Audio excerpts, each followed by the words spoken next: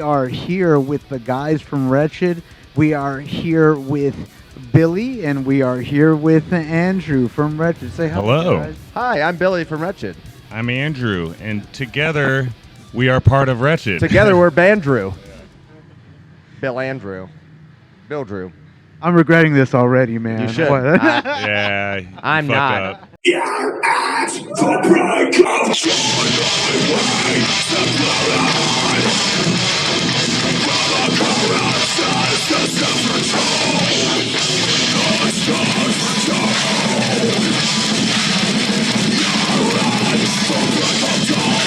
Are y'all excited to be back on tour? Very much so. When's the last time y'all did a tour this big? We did a short run in August. It's not the question. He asked when we did one this big. Yeah, no, I was answering it.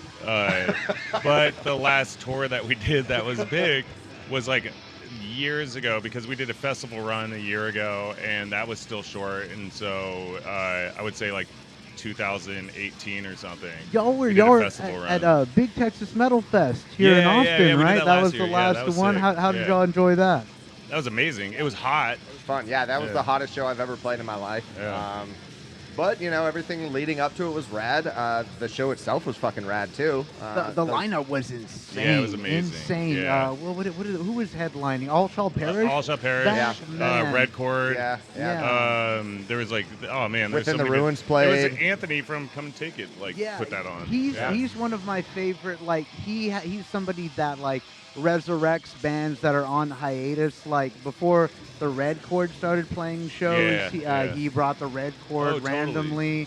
He'd bring Despised Icon, Through the Eyes of the Dead, before Steven breathed new life into them. But we'll talk to him about that. No, but every scene has at least one of these guys, but he has really taken it to a whole new level. Like this place is amazing. He's brought y'all the Big Texas Metal Fest, and then it was a few years back. I don't know if it's Texas Independence Fest that y'all are back 2018, 2019, and it is right, something like that. No, we did. We were telling Billy, because we had Adam on vocals on that little stint in there, and we all took Razor scooters after we played one of those fests, and went from here to downtown Austin through the Greenbelt thing, and we would run out of batteries on our scooter, and then have to find one in the woods, and we would, and it was epic. That is so found a scooter in the woods. We did. Yeah. Incredibly irresponsible. Yeah. Right. Irresponsible of the scooter companies to leave their freaking scooters in the woods when they should be recharging them elsewhere. I had a friend break her leg on one of those in downtown San Antonio. I've never been on one, and that's because that's my fear. I don't want to break something, and I've never broken a bone in my body yet. Really? Yeah. Never had a broken bone, and I've never had stitches that weren't a product of surgery. Wow, man, you got lucky. I guess so, or maybe I'm like Full of fucking broken bones, Bruce Willis and Unbreakable. And stitches, maybe. I should put on a poncho or something like that, and just haul a guy on my shoulders like I am invincible.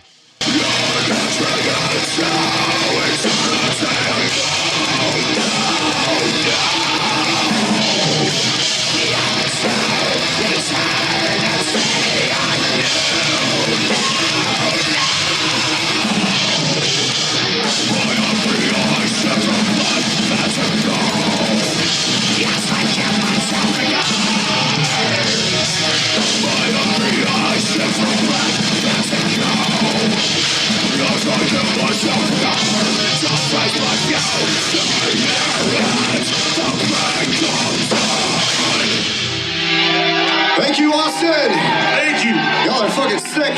We love you, Austin. We do. We love you very much. Y'all are dusting off the cobwebs, basically, is where y'all at. Definitely. Oh, yeah. Tonight, though, was a The good social one. cobwebs, too. Yeah. Tonight was a good one, though. The first couple shows, I was definitely trying to get back into it and, take it easy. But tonight was the first show where I was, completely back to normal. Felt good. Yeah.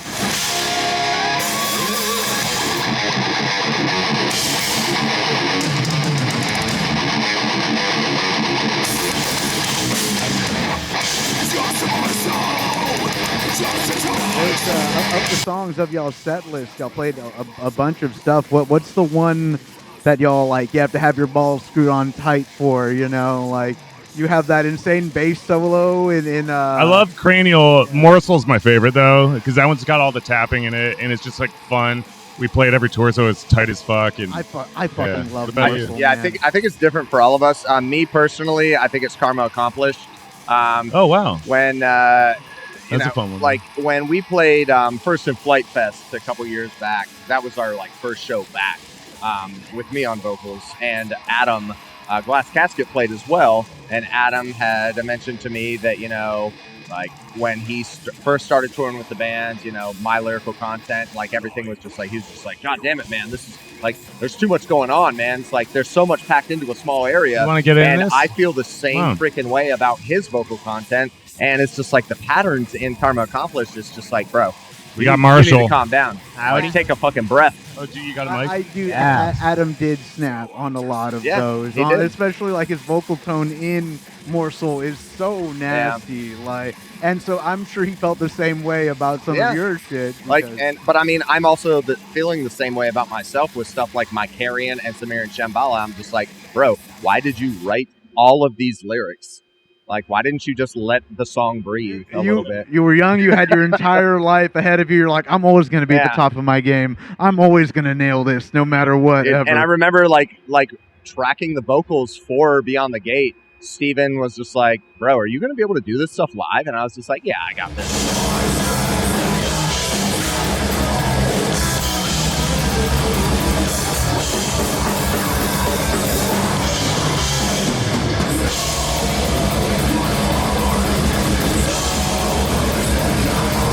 Whenever you're young, you're all full of gusto, and you're like, I am brutal all the time. And then, like, you do it a lot, and you're like, I need to breathe like a person. Like, I don't need to be yelling so much. I need to, like, I just need to look mean. I don't need I to need to be yelling, but I don't need to be yelling as quick paced.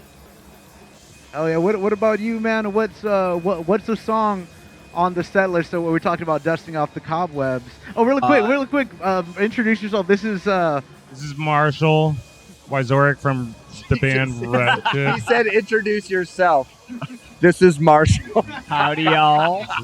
I'm Marshall Wyzorek from Wretched. I play drums. And I'm Billy Powers. We didn't do last names before. What's the song that you're just like, bah! Honestly, when we get to Cranial in the set, that's when I'm like, oh no. I Cranial's gotta literally... It's a fast one. Mm-hmm. Yeah. Oh, for the cobwebs? Yeah. Yeah. That one, the hardest one is, ironically, it's the last song because I switched between fingers and picks throughout the set. And by the end, that one is just like on pick and it just never stopped.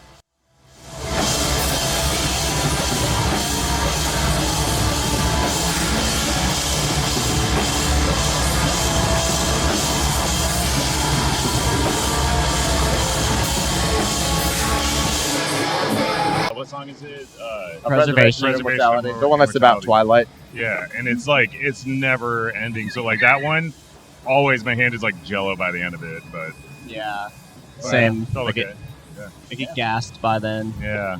I get gassed too by I'm then. pretty over it by the time Preservation comes up too. That's when I'm like, that's when I start crying. Yeah. Because you're like, oh, I just finally warmed up. Yeah. Dude, Exactly. I do like some of the shit that Steven pulls off is really insane. Yeah. Like some of his solos, I'm just Dude, like, he's and clean. dude, yes, He's a yes. machine. That for real. Like every time that I hear him play, and I showed a friend that couldn't make it, pretty much y'all's debut album, and he was just like, what the fuck.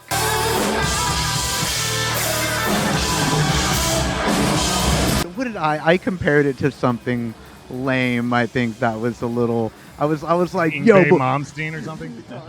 no, but I was like, before there was a Legion, before yeah. Legion came and did all this other crazy shit, there was, fucking the Exodus of Autonomy. Like, I built it up a little too much. I fanboyed a little too hard. No, dude, Steven's like he's a fucking machine, and he takes his solo so seriously, and like there'll be random shows where we'll have to do like an encore, or someone just really wants to hear something, and I'm always the one pushing to do the random song, And there was one time in Tennessee where we played Birthing Sloth, and there's a solo in there.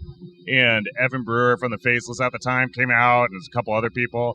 And he did the whole solo like a half step down from all of us, and it just sounded dissonant and terrible. And Birthing Sloth. That like, I have sex with women, so I don't really watch anime all that much. But apparently, that I'm just joking. I'm just joking. Wow. I'm just joking. What the I'm fuck? just joking.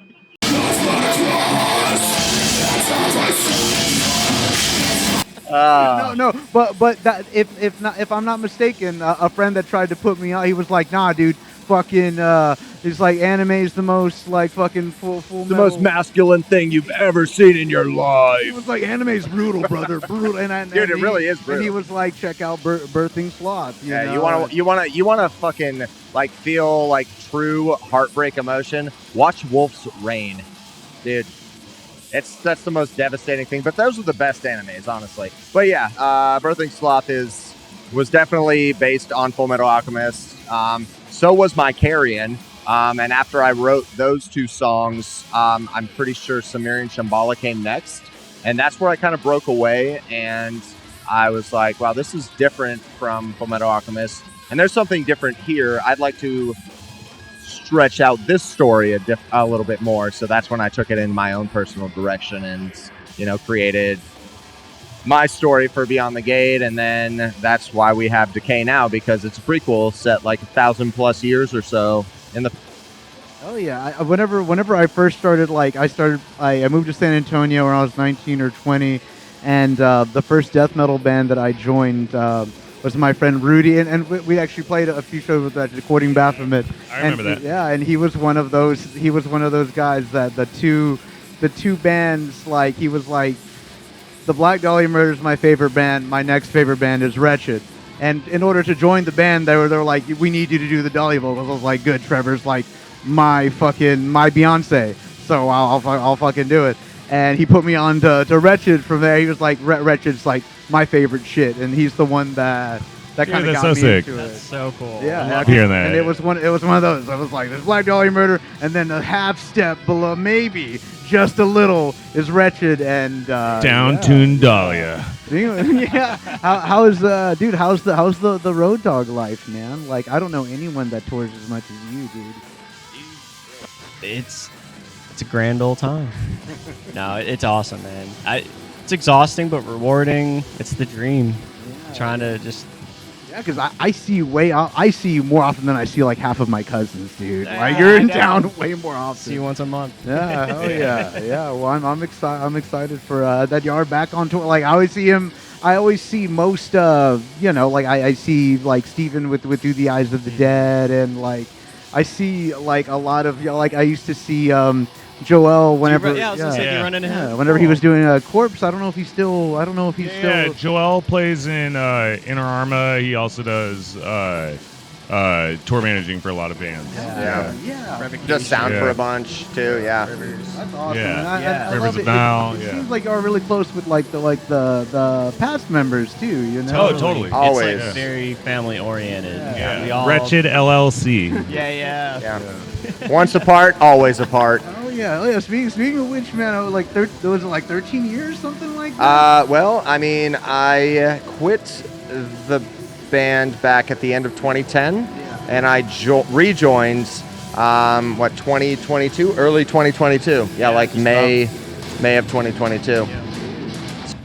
So yeah, we're looking at 12 years, and then took 3 more years to put out our new album. That's awesome, man. Well, I had my friend Rudy was really like devastated. He was like, I like Adam a lot, but Billy was the shit, man. Those first two albums, he's one of those fucking guys. But, you know. But Well, dude, hopefully he likes the vocal change, because my vocals have gotten a little bit different with this new album. But you both have kind of honed into like a similar type of vocal sound. It's different for sure, but like I was so impressed when you came in and showed us the demos for the new album. Then when we were doing it, I was like, dude, you got like all these new tones and range. And, I mean, I don't know what sounds happened. Like 12 years of slightly not like doing Adam's. vocals very much. Yeah.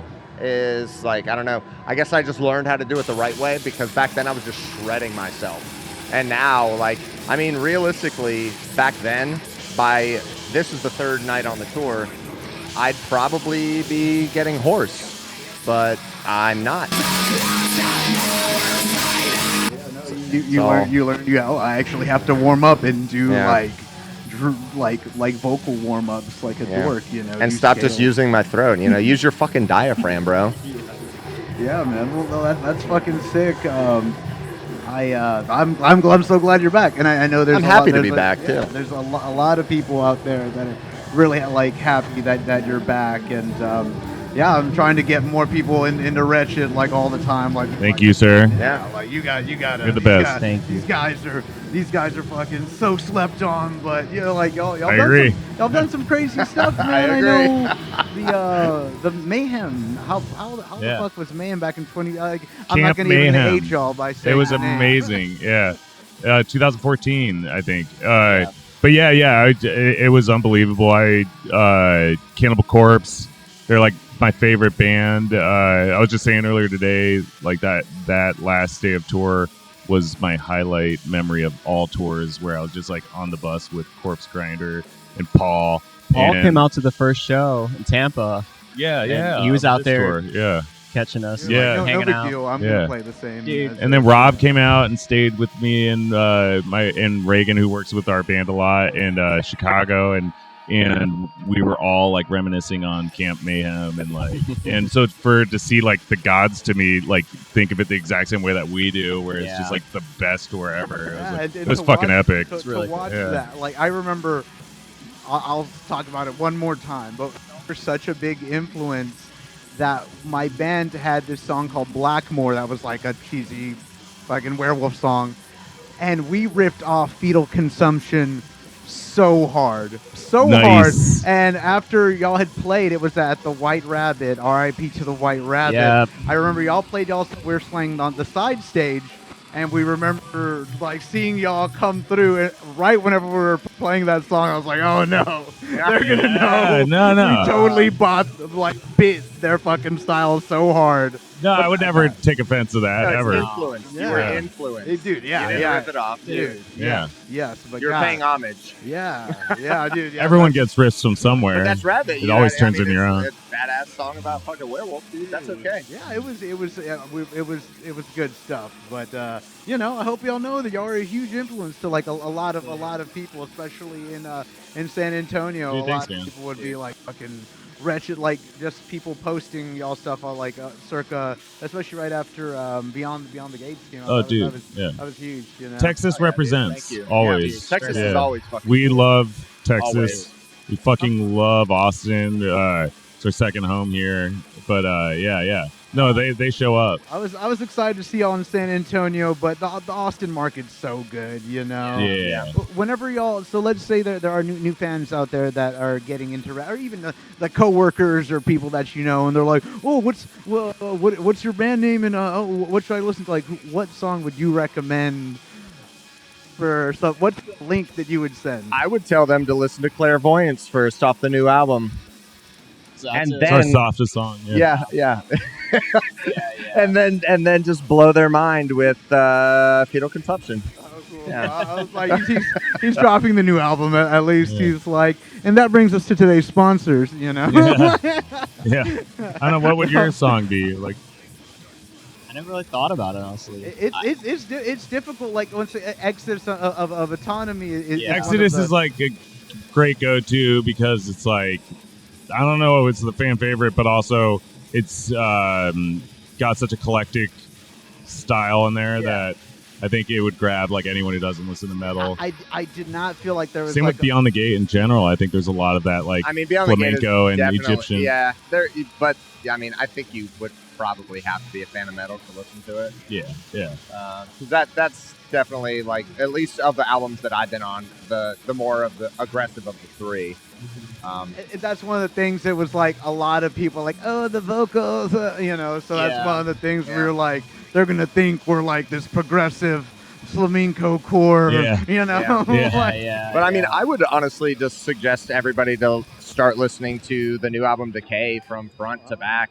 I mean, like, especially for people that are not too hyped up about aggressive vocals, just because the vocals on this album are very different. There's a lot of tonal stuff I do. We've got the song Clairvoyance, which is predominantly all clean vocals as well. There's just so much to pull from the new album that I feel like musically, lyrically, vocally, anybody who doesn't actually listen to metal could find something that they like about this album. Dude, hell yeah. That you sold it. You fucking sold it.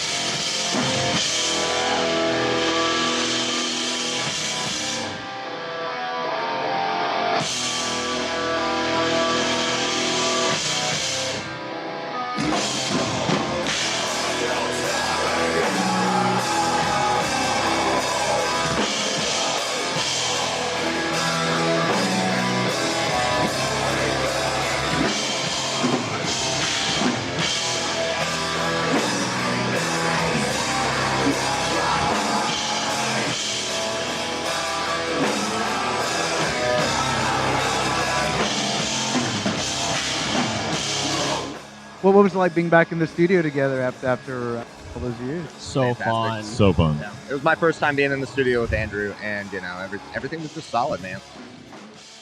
The four of us went to the beach in North Carolina, shacked up in a house for a couple weeks, and tracked everything, and it was it was a great time. It was just us four, no one else, not a single other person. Yeah. We were like doing everything ourselves, and Marshall was engineering and producing at the same time, and you produced and engineered it. That was all you. The whole recording process was all in house. Just we kept it kind of a tight knit situation. But then we did get Johan Meyer to do the mixing. He's an incredible front of house engineer and does great albums and everything. And then we got Alan to do the mastering, which he's done all our records. Alan Dutchess.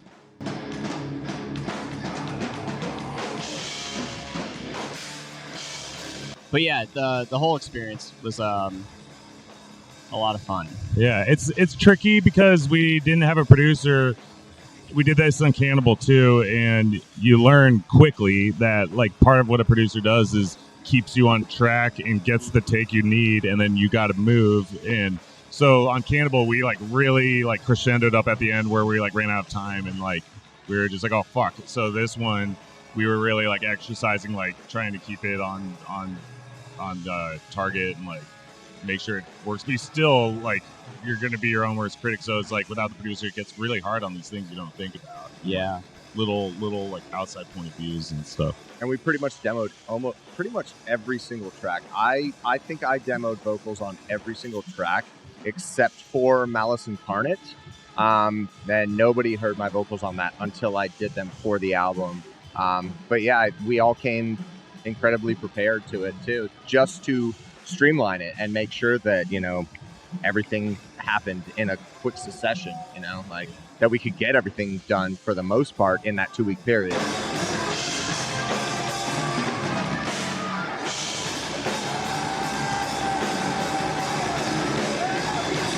I mean, and that's the coolest thing about it, because it took over the course of 2 weeks for me to get all my vocals down for the most part.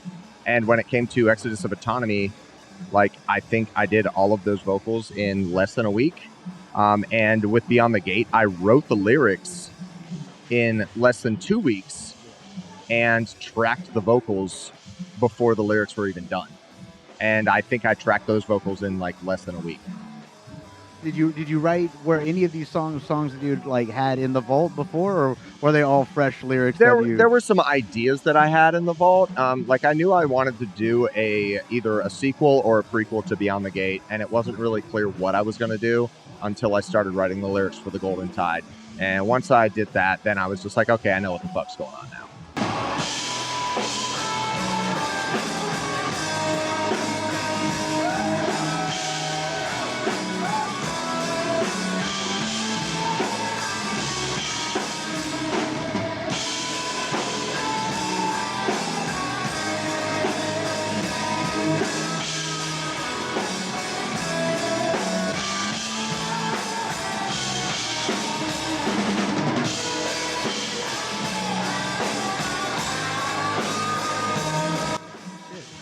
Oh, yeah, what y'all listen to on the road? I know y'all get tired of fucking metal. Everything. Literally everything. Yeah. What's usually on the rotation? What's one of the bands that are? Steven had an album named Turbo playing today. Who was that? It was like sounded like Pat Metheny, but it wasn't. Loops?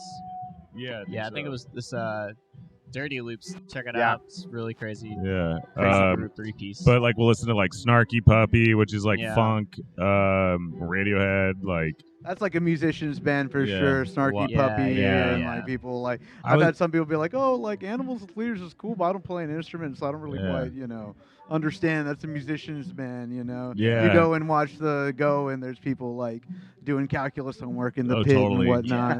I've been really into like late 80s, early 90s dance music. Like the Happy Mondays is like fucking, I can't stop listening to them. And I got really into yacht rock. Really into yacht rock. Yeah. Went on that Coed and Cambria cruise and sick. yeah, it was fun. But I listened to so much like Christopher Cross leading up to it. And my lady was like, "What's going on?" I was like, "God forbid a man get into yacht rock." Yeah. I mean, to Ride Like the Wind 17 times in a row.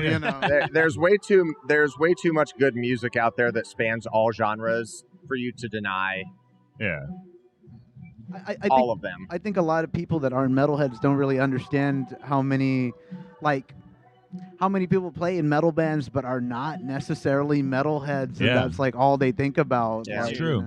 It's kind of rare that I'm like, I want to hear some heavier music. I don't know. It's like I maybe go through like phases of it, but Well, you spent all day in the kitchen. You spent all the day in the kitchen cooking at work. You don't want to come home and cook for the wife too. You know, really like, you is want to cook when you good get bit of home. that, You know? yeah. I can't blame you. I'm like, I definitely listen to like way more not metal than metal, but also all that influence comes back around. Yeah. But my brother, he's like all metal, like all the time. He listens to everything, but I'm just like, yeah. I was like, wow, Kevin, you're like a legit metalhead. What was the artist? Is there any particular band or anything that y'all first saw that were like, that's what I want to do? Like, well, my first show ever was ZZ Top. I was like, I was young. I don't even know how old, but my dad took me and I remember seeing like people drunk air guitaring for the first time, and they also had these like fluffy guitars, and I was like a little kid, and I was just, like it was hilarious because they have all those gimmicks. Someday. Yeah, and then it just stuck. Like that's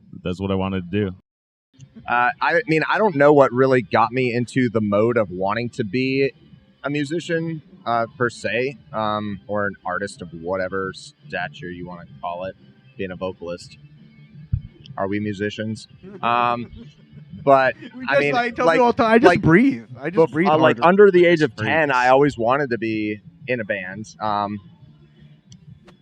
mean, the first show I ever went to was Korn on their Follow the Leader tour, and Incubus played right before them, and then Orgy opened up the show, which was super fucking sick. It's a good first show. It is, yeah, it really was. Yeah. Korn was on that Mayhem Fest that year, right? Yeah. The best tour ever that I missed. Single night. Show, man. Yeah, one night. And Sevenfold. You might have been talking about when we tripped. Bunch of jerks, yeah. man. One night, me and Marshall took shrooms, and we were like, let's watch Korn from like every place in the pavilion. So we like started the set like in the very nosebleeds, and it was like epic. And then we like go to like the seats, and then we like go all the way down to the pit. That's and then we awesome. go side stage, I think. And, like it was so sick, and like the trip was just escalating the closer we got to them, and like I'll bet. then all of a sudden you're just like they're right in front of you. We're like, this is so sick. Like in the concert. Yeah, it was just epic. Like, feel like if I take the right type of shrooms and do it was the like shit, a fun experiment. Yeah. You just got to eat a full eighth, man. Yeah. Doesn't matter what kind of shrooms, just eat a full eighth. Oh, he knows what's up. Yeah. And then see what kind of photos transpire from that. The song's so good. Oh, dude, yeah, we were just talking about yacht rock. Fucking Michael McDonald, man. That shit.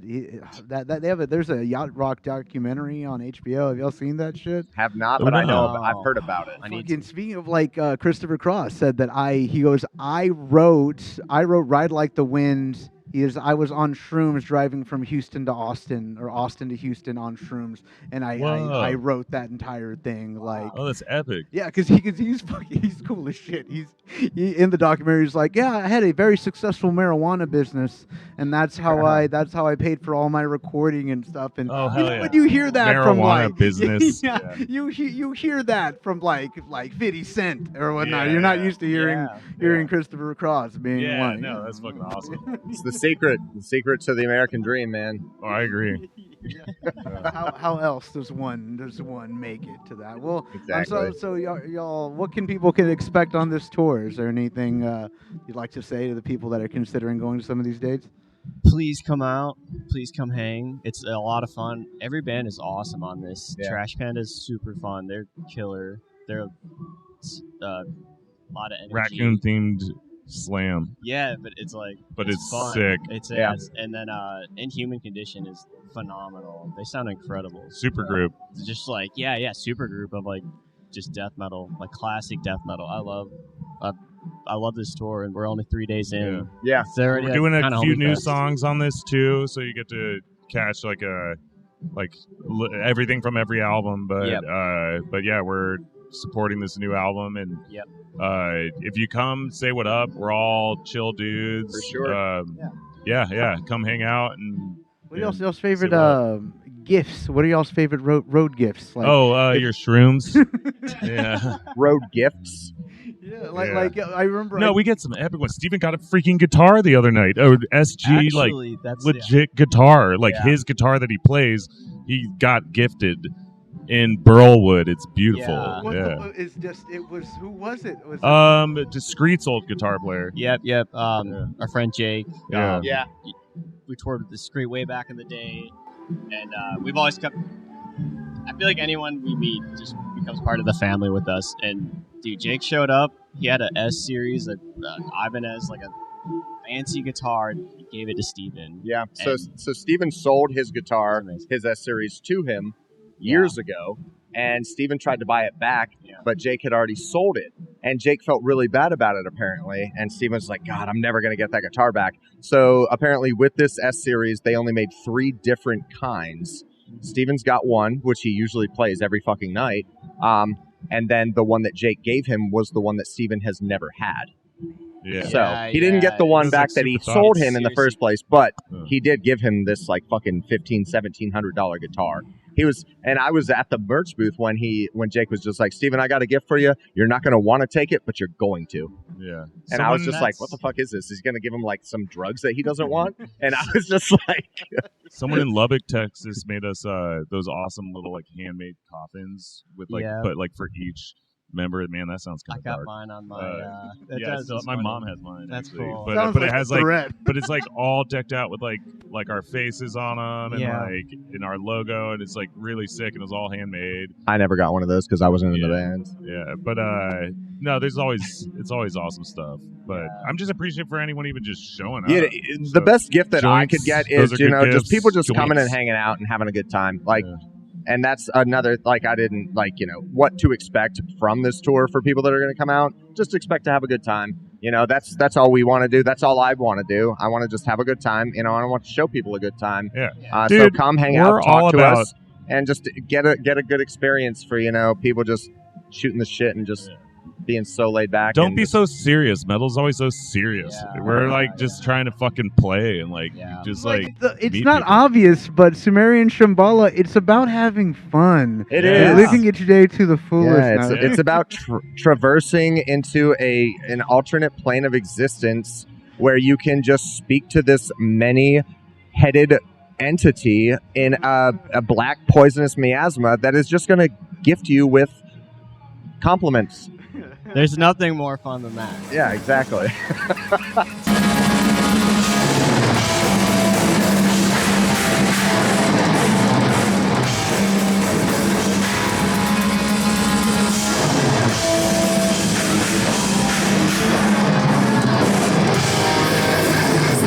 Bless our fingers!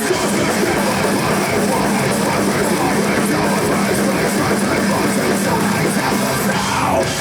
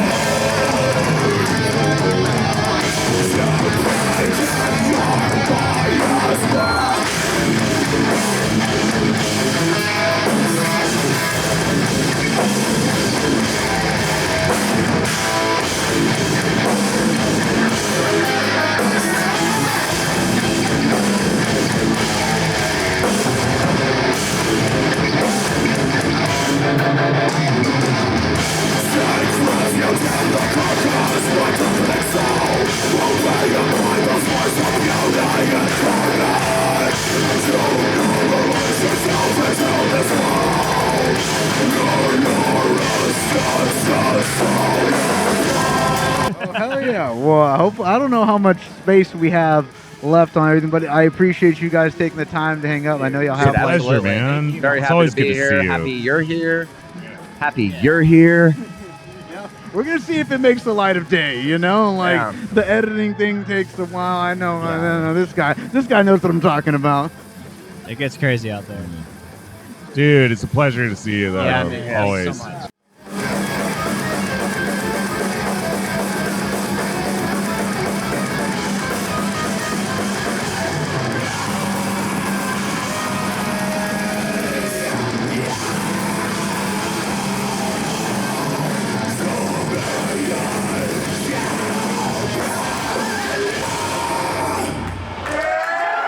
Have anything announced after this? We got Necrogoblicon. Yeah, we've got a small run with Necrogoblicon, and then after that, we're playing a couple dates with Rivers of Nile. But I nothing saw else that and I after was that yet. like, I might have to go to Colorado Springs for Do that it. because I was like, Probably should, man. That It's gonna be an looks awesome like it. show. It's Necrogoblicon and who Enterprise Earth. Enterprise Earth. Yeah. That's Coming out in nasty. Colorado. Yeah. I did that the last time I saw Trevor was up from the sewer tour, and it was like Rivers of Nile and I was at that in New York. Dude, and so I drove up to Denver to see that specifically because it wasn't coming through Texas, if I'm not mistaken, and I'm so glad I did because that was the last time I ever saw him perform. Last time, and then we hung out afterwards, That tour was actually the first time I ever saw Black Dahlia play. Whoa! And I was like super pumped, and I was just like, "Fuck yeah!" And then the future happened. Yeah, that was a great line. After the Barrel was on that was one for the books for sure. Well, hell yeah! Well, I'm excited about that upcoming tour. And I hope y'all keep on doing it. I know keep on. We're not planning on stopping. Yeah, that's good, man. Y'all have been busy, and congrats on y'all put out an album through Metalblade. Like, Fuck yeah, that's huge, man. That is huge. That was the aspiration when we were like middle schoolers and high schoolers. Like, man, I want to be on Metalblade. Yeah. Well, shit. So much cooler than Victory. I've never heard of one person. You're like at the kids' table when you're on Victory. We're at the adult table now. Every now and then I will go to the site and be like, who's still on this roster? They're on Victory? There's some good bands, but is Between the Buried and Me? No. Victory is not even. They're not even a label anymore. I know that there's still some activity going on, but I mean, I don't imagine. Let's maybe steer away from the a little confused with Sumerian. Oh yeah. As I do. I have a lot of people that have been like, we owe them so much money from 24 years ago. Oh no. Or so long. But either way, I'm not gonna get into it. We know it's a business, but we really appreciate it. Everyone's trying to make some money. These are the guys from Wretched. They have a new album called Decay out. I bought the vinyl specifically to like hold this moment, but I don't have it. So either way, thank you guys for tuning in. Thank you, dude. guys. We love you. Love you. Thank you. Wretched.